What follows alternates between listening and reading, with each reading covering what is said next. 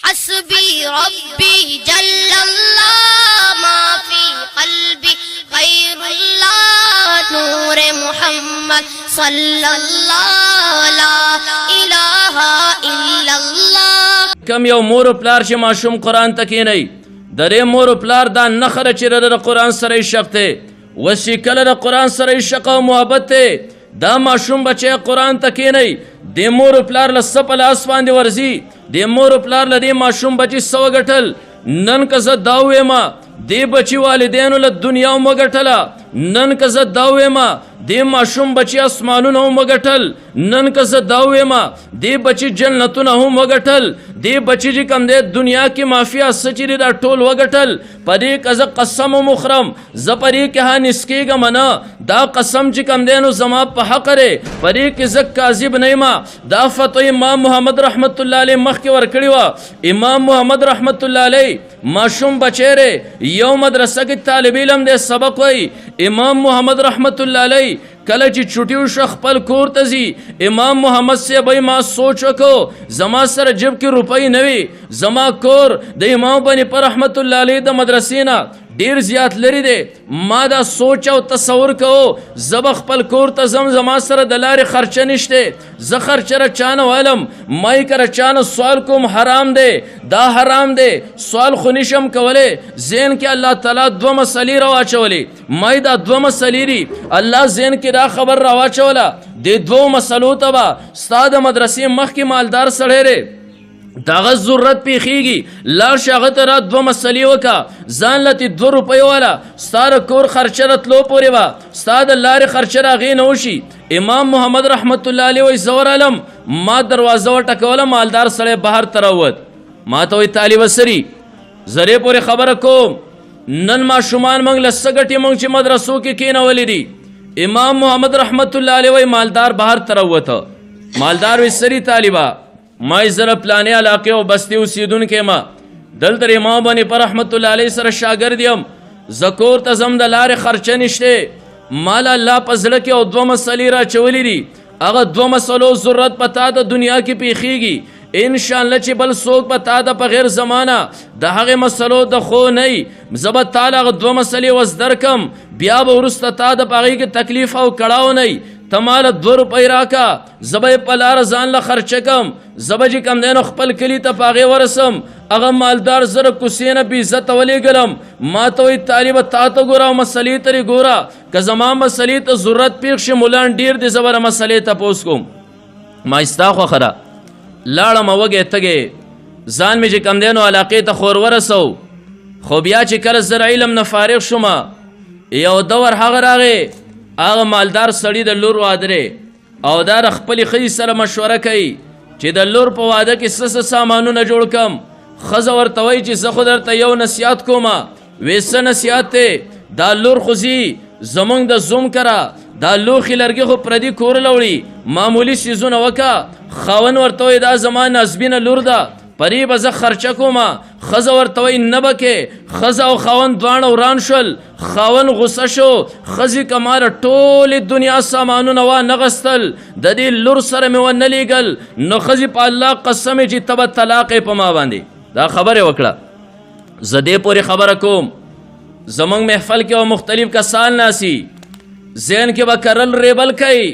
نن دې ماشوم که قرآن ختم کړه څه وګټل مور و پلار له نن خو راته څه لیسنس میلاو نه شو نن زه دغه لیسنس تاسو په مخ کې چې کوم دی هغې وضاحت کومه چې مور و پلار له یې څه وګټل دا ماشومان بچي مدرسو ته ځي مور و پلار له څه ګټي امام محمد صاحب وایي سړی ګرځي چاپېره یو عالم پسې بل پسې ځي هغه وایي زه خبرې د خولې نه وتېره د ټولې دنیا سامانونه ولې دا څه معمولي کار دی چا ورته وی چې امام محمد رحمت الله علیه امام محمد صاحب پلانی بستۍ کې ناست او جماعت کې خلکو مسلې حل کوي هغه د فقه په مسلو کې ډېر ماهر دی لاړ شه د مسلې حل به راوبسي امام محمد صاحب وایي سړی راننوت جماعت په ګیټ کې ما چې وکتل د وړوکوالي شکل بدلیږي زما شکل بدل او سړي ونه پیژندم ما خو پیژن چې یار خو راغی زه چې په خپله کوڅه کې چې کوم دی نو بې عزته کړی وم نن د مسلې ضرورت ورته راغلی نن یې کال ته ماله 2 روپۍ راکړی وې نه به زه کړېدلی وم نه به دی کړېدلی و د زه هم وکړلم پیاده کور ته تللی یم دی په خپله هم چې کوم دی نو وکړېد راغی مخکې کېناست وی سړي کاکا مسلې ضرورت څه مسله ده ما ښځې ته راسې قسم خوړلی دی د خولې نه مې طلاق لفظ ختلی دی امام محمد صاحب ما پیژنې وی نه پیژنم زه هغه طالب یم د خپلې کوڅې نه تا ذلیله شړلی وم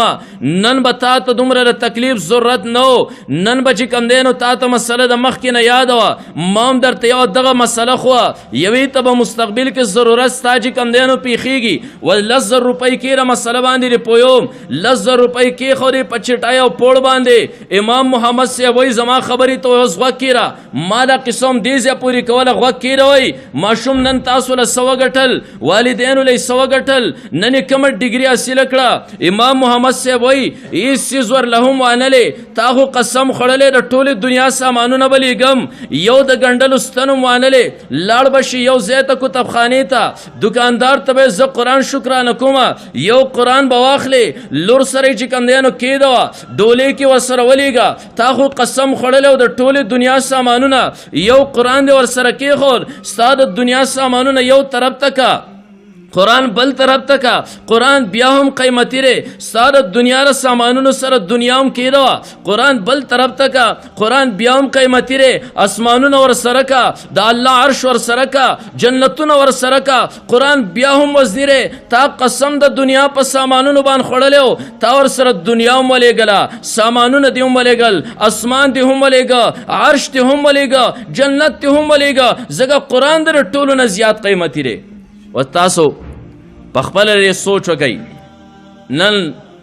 زمونږ 2 قسمه خلک زمونږ 2 قسمه ذهنونه یي بعضې خلکو له الله تعالی بچی ورکي زوی ورله ورکي دی وایي زما د زوی خو 2 قسمه زندګۍ دي یوه زندګي د ماشوم د پیدایش نه واله تر بلوغته پورې یوه زندګي د بلوغت نه واله تر آخرني وفاته پورې زمونږ بعضې خلک اکثر خلک چې کم دی د ماشوم دویمې زندګۍ ته خوشحالیږي چې اوله زندګي په ما بوج ده په دې ماشوم باندې سکول ویل دي په ده مدرسه ویل دي دره چې کم دی نو خرس کو خرچه ده دره جامه پیزار دي دره ډاکټر او طبیب دی دا په ما باندې بوج دی زه یوه ورځ به هغه راشي دی به لوشي بیا به زه په آرام باندې ناست یم ماله به دنیا ګټي بعضې خلک اولنۍ زندګۍ ته خپئ دویمې زندګۍ په انتظار باندې ډېر خوش قسمته کم خلک دی چې هغه د ماشوم اولني ژوند ته چې کم دی نو خوشحالیږي دا ذهن کې یاد ساتئ مسلمان دپاره اصل زندګي د ماشوم اولنۍ زندګي ده د دا عملنامه بند ده ته به ځان له څومره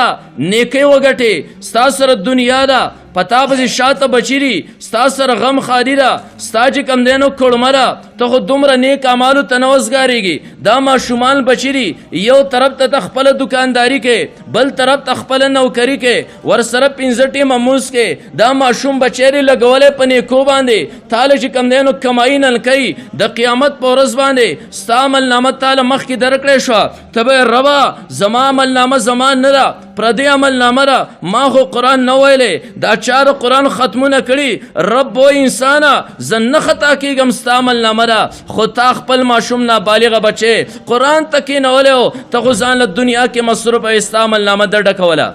اصل ژوند د ماشوم د وړوکوالي ژوند دی ګورې دا بوج مه ګڼئ بوج وروستنی دی تاله به څه وګټي